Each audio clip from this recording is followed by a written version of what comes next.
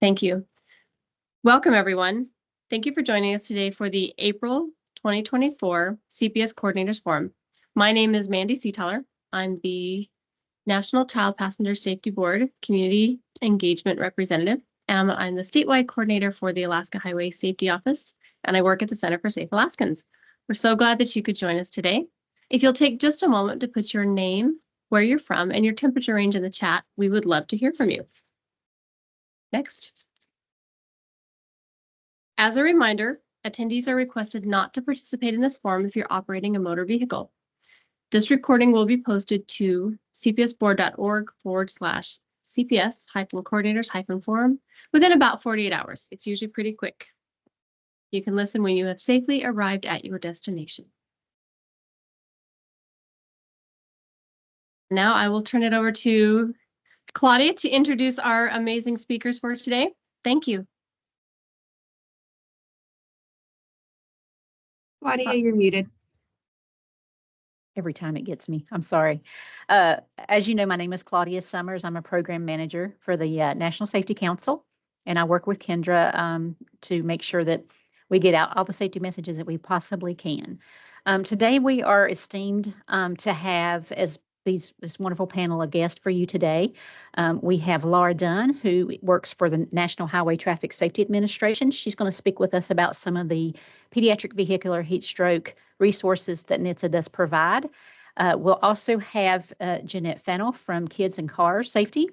Janette's going to talk a little bit about some research that's been conducted on near-miss cases of pediatric vehicular heat stroke. Null from noheatstroke.org is going to come on and talk about resources that he provides through his website, as well as some updated resources and his updated website as well for you to use at your pleasure. And then I'll finish out showing you some of the National Safety Council programs and resources that are available to you as well. So without further ado, we'll get started with Laura. Thank you, Claudia. Let me share my screen here. Good afternoon to everybody today. I am Laura Dunn, and I work for the National Highway Traffic Safety Administration, and I'm excited today to talk to you guys about our new heat stroke campaign, our heat stroke prevention campaign.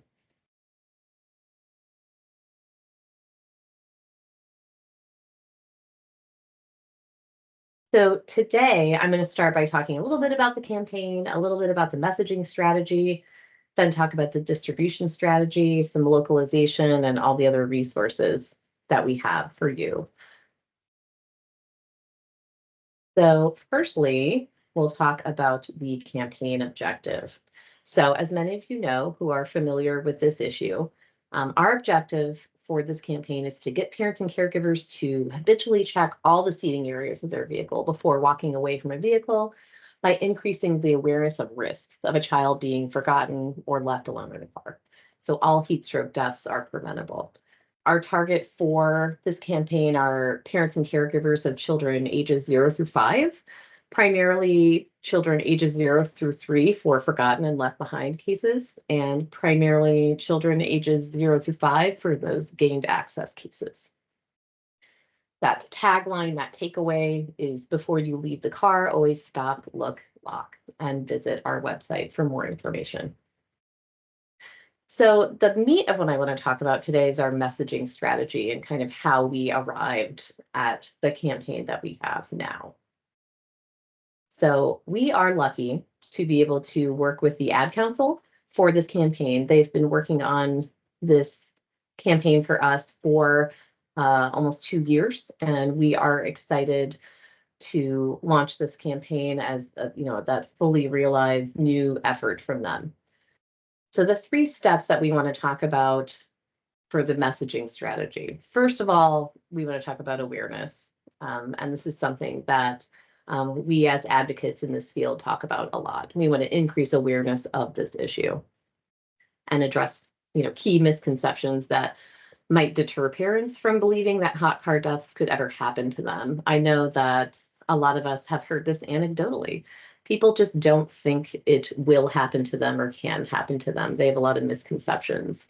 It can happen quickly, even in the matter of a few minutes. It can happen in low temperatures that you would not normally think of being a risky temperature range for pediatric heat stroke, or cracking a window doesn't help prevent heat stroke either. So next we want to move on to understanding this could happen to them and how we can prevent it. So we want to move parents and caregivers from awareness of this issue to believing that this could actually happen to them. So we tried to employ a tone that is, disarming yet serious, and be very clear that heat stroke can happen to anyone, but it is preventable. So our research, a lot of market research, a lot of focus groups, things of that nature, insights from all of that research showed that parents really associate this issue as something that only happens to, quote, bad parents, which I know us as advocates, we've also heard that from folks anecdotally. Parents tend to be really defensive about this issue. There's a great deal of shame around this issue. So this new creative is crafted with the intention of kind of breaking through that mental barrier by illustrating some of the common examples of times where parents said, this will never happen, I'll never do that.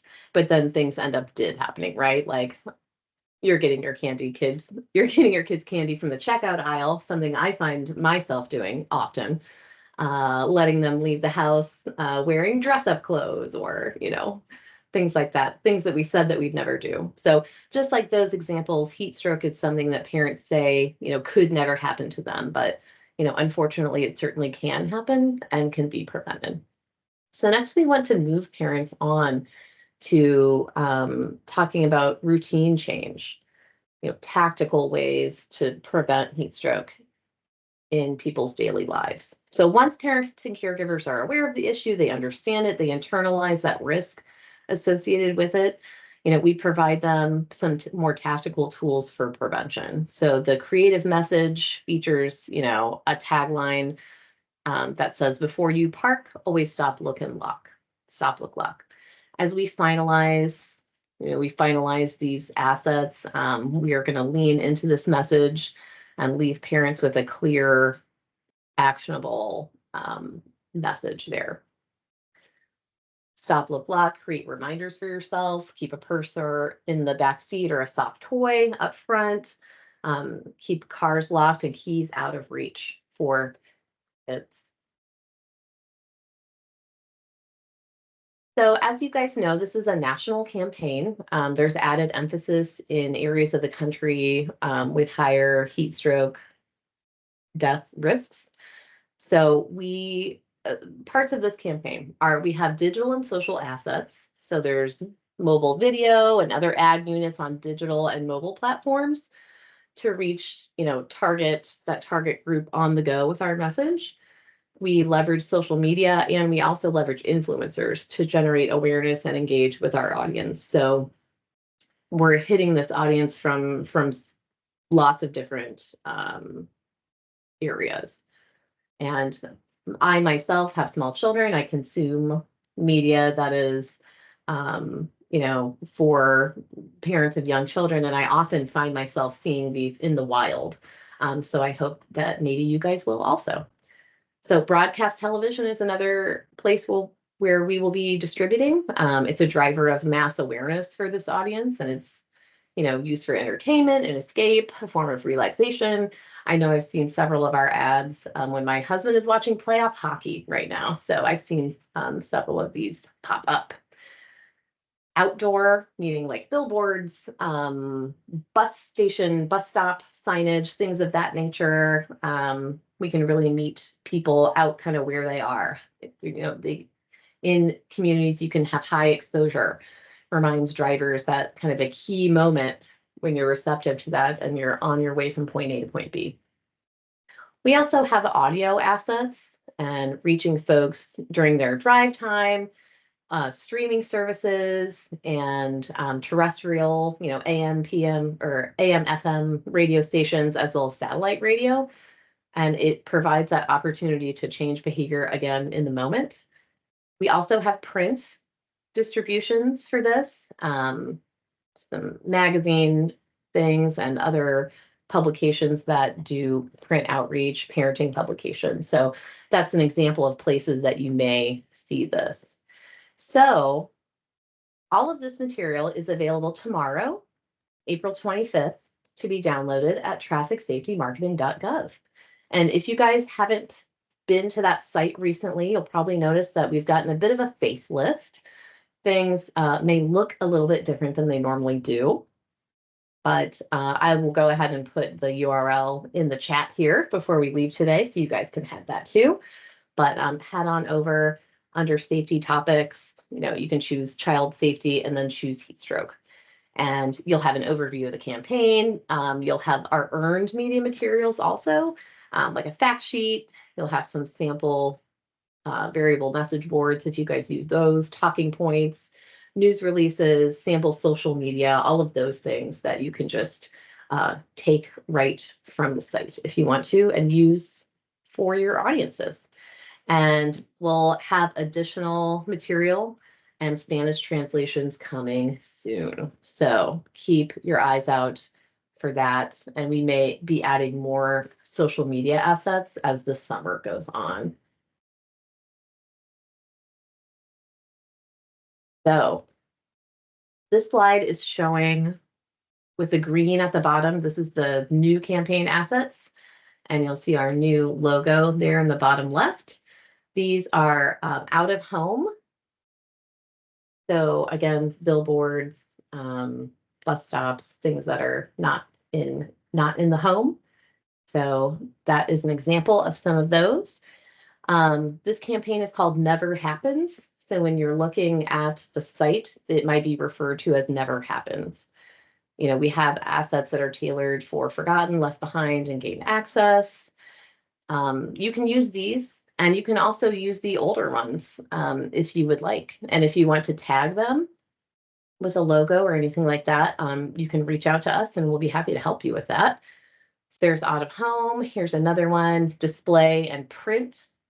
Some more examples of what this will look like. And I encourage you guys to go take a look at them tomorrow and see if you want to use any of them.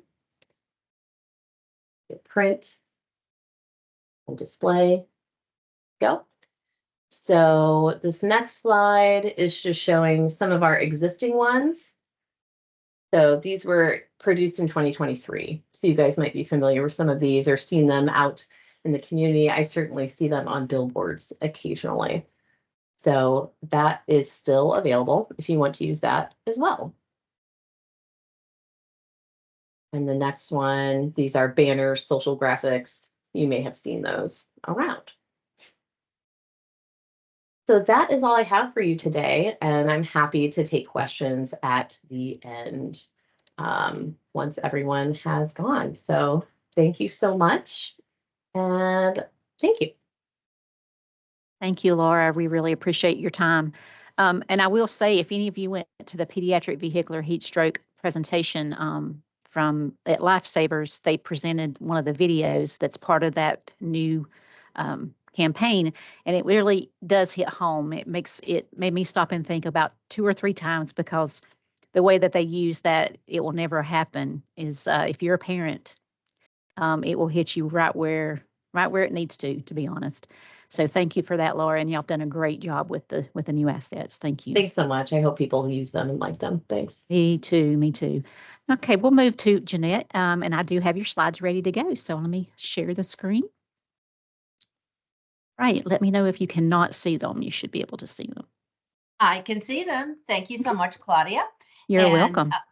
I'm so happy to be with the Child Passenger Safety Heroes, who do all the hard work every single day to keep our little ones safe. So next slide, please. Just wanted to make sure people know who Kids in Car Safety is. We're a national nonprofit, and we're very dedicated to protecting children and pets in and around motor vehicles. Next slide, please. And how we do that is with data collection, research, and analysis. We do education and public awareness. We empower families who have lost children or anyone that has been hurt in a non-traffic incident. Probably our most important work and also work on policy change and then product redesign. And we always like to say we're not going to be re-engineering children anytime soon. So maybe the environments and the vehicles they're in, we could do some re-engineering to make them safer for them. Next slide, please. I think the most important message I want to get out today is that any numbers or statistics that we look at or know about are just the tip of the iceberg. When you look at the difficulty of finding even the information we do have, it doesn't allow us as researchers or stakeholders to really accurately uncover patterns or what the risk factors are. So we do talk, about 38 children who die every year in motor vehicles due to heat, but there's just so many other things that happen. And, you might not be surprised when this happens. Nobody calls someone and says, I left my child alone in the vehicle. They got kind of overheated, but they're okay. So it's very, very difficult information to get at. But remember, any of the numbers we're looking at are much, much larger than what we've been able to document or what's been reported. And why is that? We look at people calling, let's say 911 in the case of an emergency, and there's no specific information that would lead you to the fact that it was a child left alone in a vehicle. So we're working to do everything we can to try to bring as much information, not only to fatalities, but non-fatals. Next slide, please. So I think it's important, to know part of the reason that there isn't that type of information we could pull from, let's say, police records or just from the 911 calls is because the codes are very generic. So someone, might receive a message that says, there's been a child left alone in a vehicle. Well, it could be coded many different ways. So maybe one of the things we could work on is trying to get some of these codes updated and maybe something specific for children left alone in vehicles. But currently there is not. Next slide, please. So what do? We compile all sorts of data from various sources, and we have to do it because nobody else is doing it. So we do conduct really comprehensive internet searches. We have a very sophisticated Boolean search strings, and we do subscribe to a media intelligence platform. It's called Meltwater, and things come into our email boxes as frequently as every hour. So we do stay on top of it. So we compile them, we put them into a case file. Many times have to do follow-up investigations and reaching out to all sorts of different sources, be it law enforcement, attorneys, EMS, child death review, coroners. And then everything gets entered in a database. So there's about 75 different data points that we try to capture for each incident, date, time, location, incident type, all that kind of stuff. Next slide, please. I wanted to bring to your attention because there are some reports that NHTSA makes available, and under the NHTSA banner, it's referred to as NTS, or non-traffic surveillance. It's non-traffic surveillance, NTS.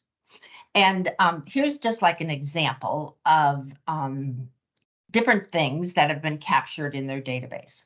So during that time period, which we show 2011 to 2012, it showed that about 95,000 children are injured.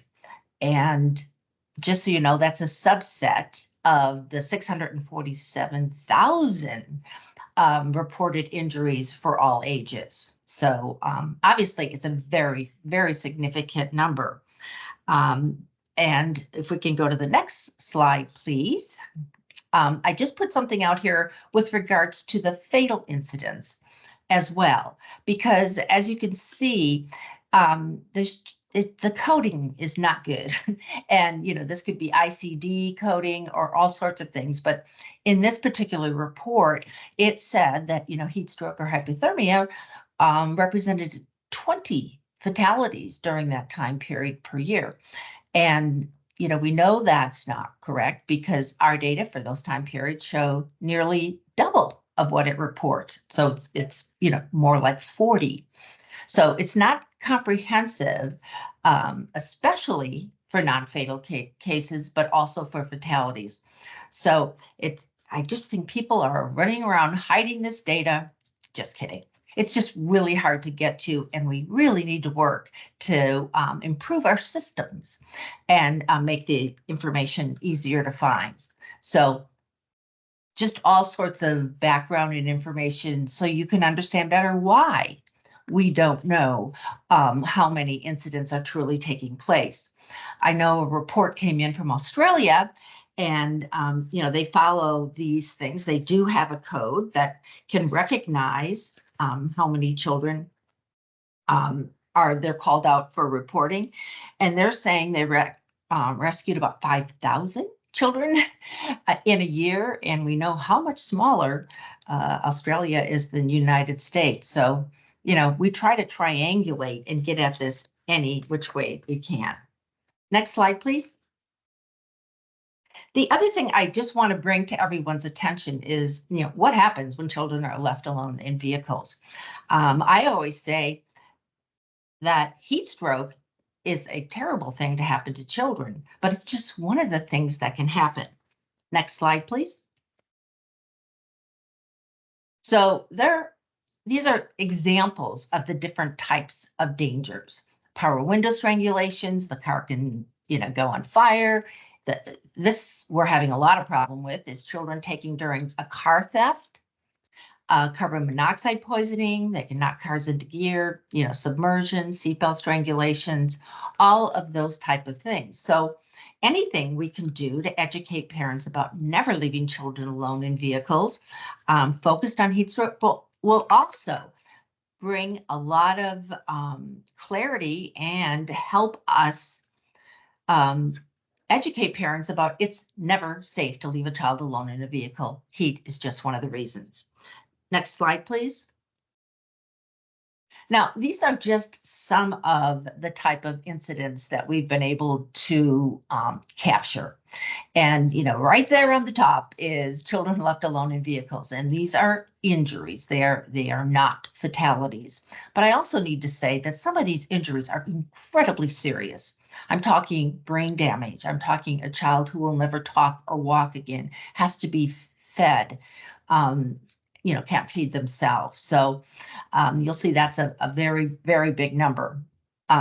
Children are also left in vehicles in cold weather. In most cases, though, they're not fatal. And that's sort of like, the fact that if you look at a vehicle as a greenhouse, it works for the child. They're bundled up, they're in their heavy jacket, and the car warms up. So there are very few fatalities in cold weather. I mentioned just a little bit about the car stolen with a child alone inside. That's just like popping up out of nowhere. And things like vehicle in motion, somewhat significant, but it's going down. And I also wanted to bring a little attention to caregiver overdosed with a child in vehicle. And this is something that we've really noticed in the last 5 years. And, some might say, well, they weren't alone in the vehicle. Well, I think it's worse than that. The parents are totally incapacitated, and there's usually drugs sitting around. So we've made a special effort to try to make sure that we're getting the numbers on these. And those are just for the last couple of years, and it's really another aspect of what's going on when children are left alone. And always remember, we get a very significant undercount here. So just from, our data, and, we're constantly adding incidents to our database every single day. This shows over 15,000 people are at risk. Next slide, please. So what can you do if you look, if you learn about a local incident, please share it with our team. Elijah at kidsandcars.org is the one that's really doing all the data collection now. You know, we do need to change that narrative that dangers include any time a child is left alone in a vehicle. And I'm just thinking different people that could send us information that they learn about in your area. Could be law enforcement, EMS, nurses, doctors, social workers, public health, and all of you out there that really are good at watching the local news, because a lot of these cases pop up on that. Next slide, please. Wanted to let you know we have all sorts of things that you are welcome to print and use in your outreach efforts. Next slide, please. And we've got memes for social media. You can just copy, paste, and put something in there every day from now on into the summer and beyond. Next slide, please. And we also wanted to let you know, because this is such a great opportunity to be talking to you directly, is we do have a course that kind of takes it beyond car seat checks into the different things that happen when children are correctly restrained.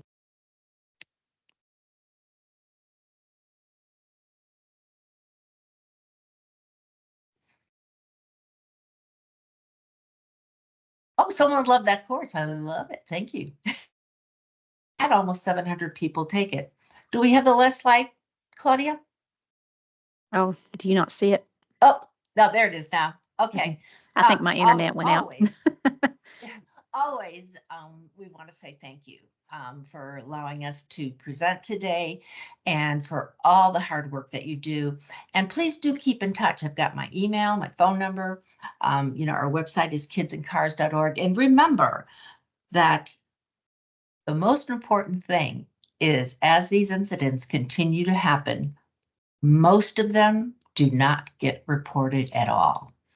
So if we think this is a big issue just on the data we're looking at, you can probably take it 10, 20, 50, maybe 100 times what's really going on. Thank you. All right, thank you, Janette. That was wonderful. And I will say a little personal information. I saw the statistic on the number of children who were crushed by vehicles. My family had an instance of that back in 2008. That might be the one that you have on your statistics. So that is definitely a risk that is there whenever you are looking at leaving children alone in vehicles. Right. Jan, let me get yours pulled up. All right, as you know, Jan Null is from NewHeatstroke.org, and he gathers statistics and data on fatalities in motor vehicles from children. So we're going to hear from him now. Jan, can you see your slides? Yeah, thank you very much, Claudia, and thanks to the board for inviting me today. Need to start off reiterating what Janette just said about the struggles in trying to find and gather good data, and I think she summarized that really well. Next slide.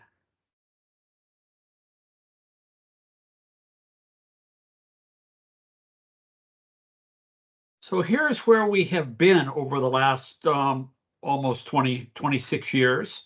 The part of this graph I love the most is down at the bottom left, the 0 so far this year.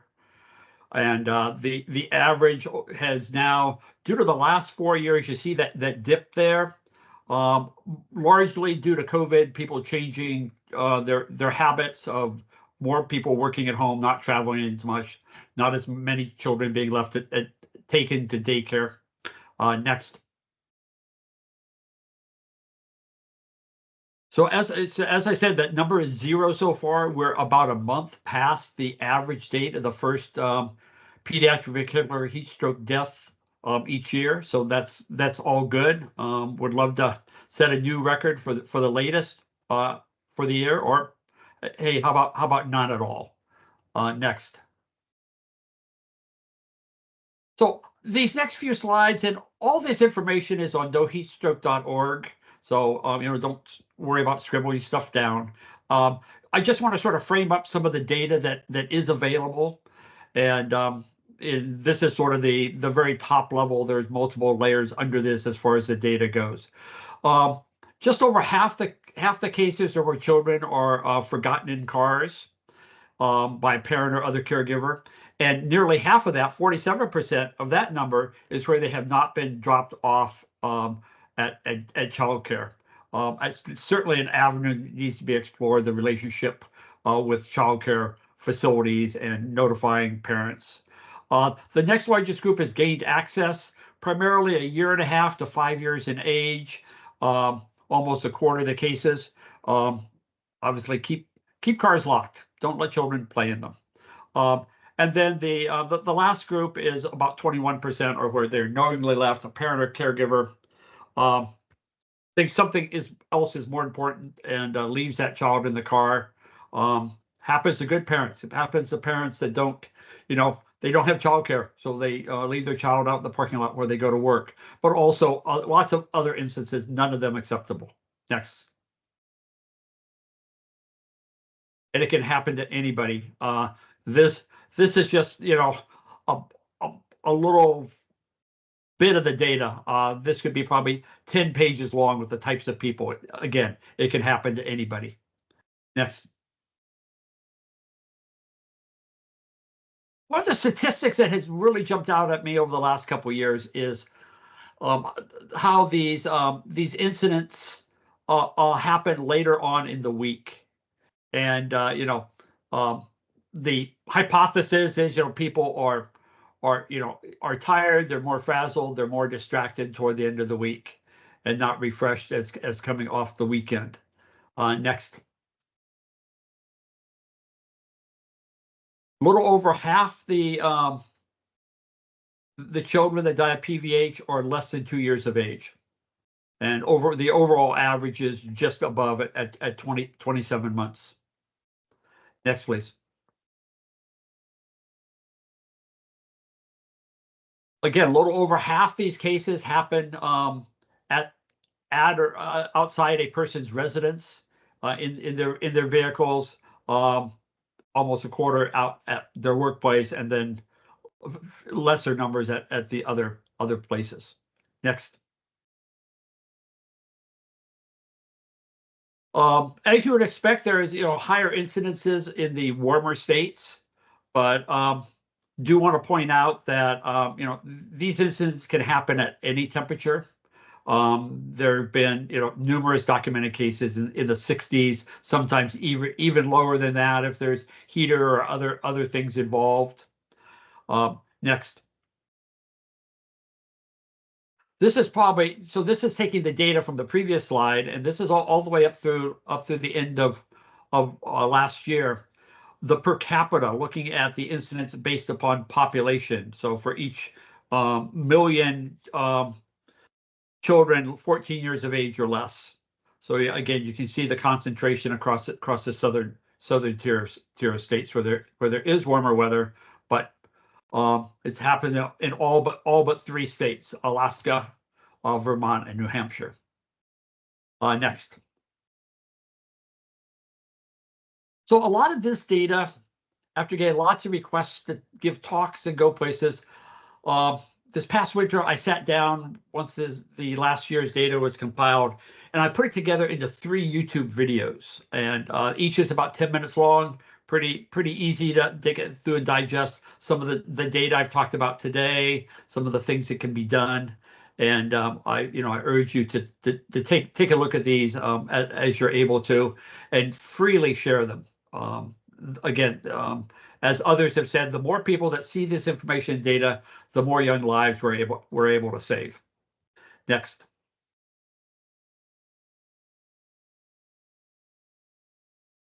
As Claudia mentioned, NoHeatstroke.org's website got a total makeover this past winter. We made it more first, the most important thing is all the data is the same, but we've made it so it's more easily viewable on mobile devices, so that it is compliant for screen readers and people that are vision impaired. Next.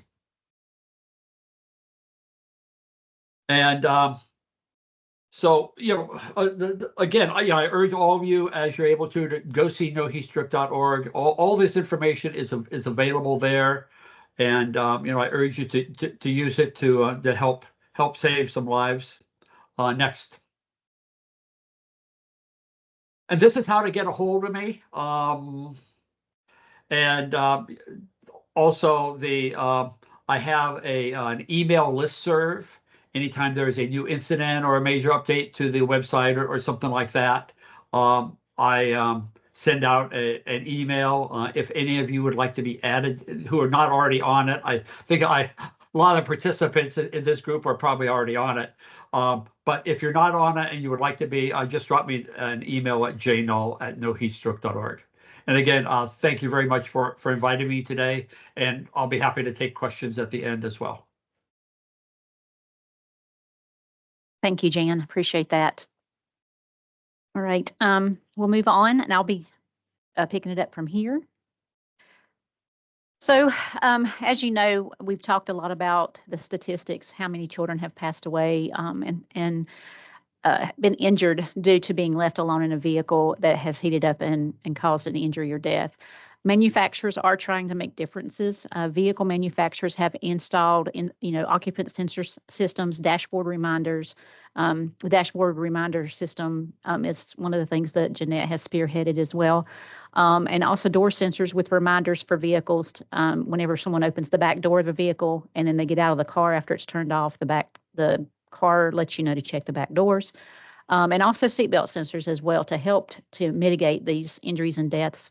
Car seat manufacturers as well have been trying to find ways to assist with sensor safe technology. One of the manufacturers has come up with that to help notify caregivers if the child has not been removed from the car seat. Phone applications that are connected to car seats, as well as inserts that are put into car seats as well, are some things that manufacturers of the car seat companies are trying to do as well. And the purpose of that is that no child should have an injury or death due to a human error. And so if you can layer up the layers of protection, that is a good way to prevent future deaths and injuries. Advocates are working in prevention programs such as Texas Heat Stroke Task Force, which is something that the National Safety Council works with. NoHeatstroke.org and Kids in Car Safety as well are huge advocates to try to change what's going on in our country. And then there's work groups that you may not even hear about that are available that are trying to do work as well out in the communities. So the National Safety Council, in cooperation with NHTSA, has a Pediatric Vehicular Heatstroke stakeholder work group. And this work group, it consists of many different professionals and advocates and caregivers from across the country. And we come together trying to address pediatric vehicular heatstroke from all angles. And the work that we do is research-based, and we try to use, the research that's out there, and we also try to encourage more research to develop countermeasures that we can provide free of charge to the community, as well as countermeasures that we can work with state legislations to do to enact to help prevent these injuries and deaths. The actual full work group meets quarterly. We just had a meeting this week for the April meeting, and then we have subcommittees. We have 3 subcommittees that work specifically on the legislative and policy change countermeasures, research and technology countermeasures, as well as communications or education countermeasures. And we encourage anyone that might be interested in joining the work group to please let me know, and I'm happy to get you connected. The QR code there does take you to the cbsboard.org website, to the Pediatric Vehicular Heatstroke Stakeholders page there for information on that. Also, the council has developed free e-learning, kind of like the one that Janette was talking about. This free e-learning is available through carseateducation.org. And it is about a 10 to 12 minute video for caregivers to watch, or even employers can use this for their employees who transport children to teach them about how pediatric vehicular heat stroke can happen and ways to prevent it, as well as what you can do as a bystander if you happen to notice a child alone in a vehicle. This can be set up in a group account. So if, for instance, you're working in a program that distributes car seats, or you're in a program that works with employers that have transportation providers in their staff, You can set these courses up or the course up along with some other ones in group accounts and monitor their progress and completion. Happy to help you with that. Kendra on the call manages this program or the carseateducation.org program, and I can help you determine what it would work for if you need to. We also provide a social media library, and just like the Laura was talking about with NHTSA, the social media library at cpsboard.org. So many websites to remember. You can pull these off at any time and use them in your social media outreach with your programs and your coalitions. This particular ones that you see on the screen are what we call the Reduce the Risk campaign, and it goes through different reasons why a child would be at risk with a caregiver, or the caregiver could be at risk of leaving a child in the car or a child gaining access to a vehicle. So you're welcome to use any of those social media cards that we have. We also have cards for car seat education as well. So by all means, please check those out. That QR code will take you straight to the social media library. There we have printable resources as well. These were developed as part of the Pediatric Vehicular Stakeholders Work Group, I think in the past few years. The awareness is key. It's like a poster that you can print off and post wherever you feel the need. The Share This thing here, that it comes in several different ways. This is kind of like a postcard, and then they have what they call a mini magazine that you can print off to hand out to caregivers. Great for Head Start programs or for home health programs as well, that goes out to the homes with children. The safety huddle that you see on the bottom there, that is actually for employers or for people who have caregivers in their staff. It's a real brief 2 to 5 minute training to educate on prevention of pediatric vehicular heat stroke in the workplace. And then, of course, the tabloid, it's kind of the same thing. It's an information sheet that you can provide out to caregivers or to transportation providers or anyone that works with children. And so any of these are available to you through the cpsboard.org resources page. That QR code there will take you straight to these. And it's under the NSC accordion file once you get to that webpage. And again, my name is Claudia. I am the program manager for the Pediatric Vehicular Heat Stroke program at the National Safety Council. That's my contact information there. If you have any questions or are interested in helping us with the work group, I'm happy to guide you on the right direction for that. I think that's everything that we have as far as presentation today. If anybody has any questions, we'll be happy to entertain those as well.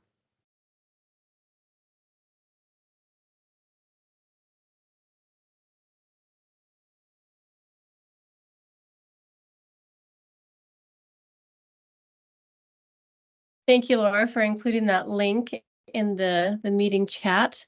And I want to thank all of our speakers. You guys are doing such amazing work and really, really vital work. So I want to thank you. And are we having a little camera trouble? We also need to be having trouble with Teams today. It is not, it is just not being successful for us. All right, there we go. Dan predicted that. You did. All of our speakers today are very willing to help you. If you have questions after this meeting, please feel free to reach out to them. If you don't remember their email, Kendra would be happy to provide it for you at secretariat@cpsboard.org. But let's move on and we'll talk about a little bit of the things coming up in our upcoming CPS Coordinators Forum. We are excited to talk to you about mentoring new instructors, the things you can do on our May 22nd CPS Coordinators Forum, and June 26th, the 2024 CPST Certification Training Revision. You won't want to miss that one. If you have any suggestions or ideas for upcoming CPS Coordinators Forum, again, please feel free to reach out to secretariat@cpsboard.org. Thank you, Kendra. Upcoming on our webinar series. Join us for the May Community Education webinar with Cass Herring from Safe Kids Certification. She's going to cover the tech, proxy, and mentoring roles. And again, visit cpsboard.org/webinars to join or scan this code to be taken to the registration screen.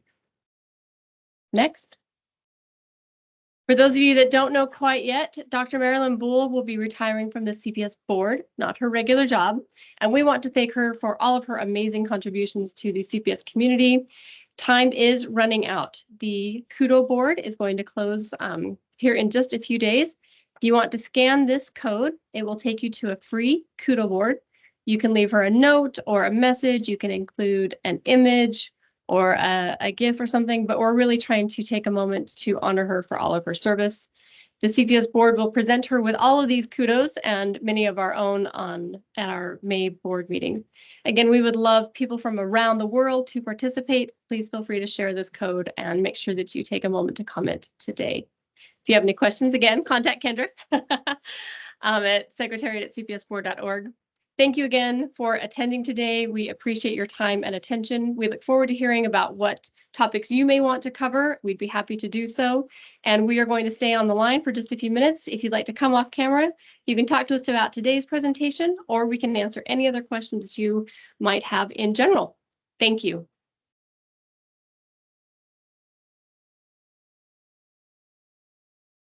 One more big applause for all three of you that presented today. 4 of you, thank you, Laura, too.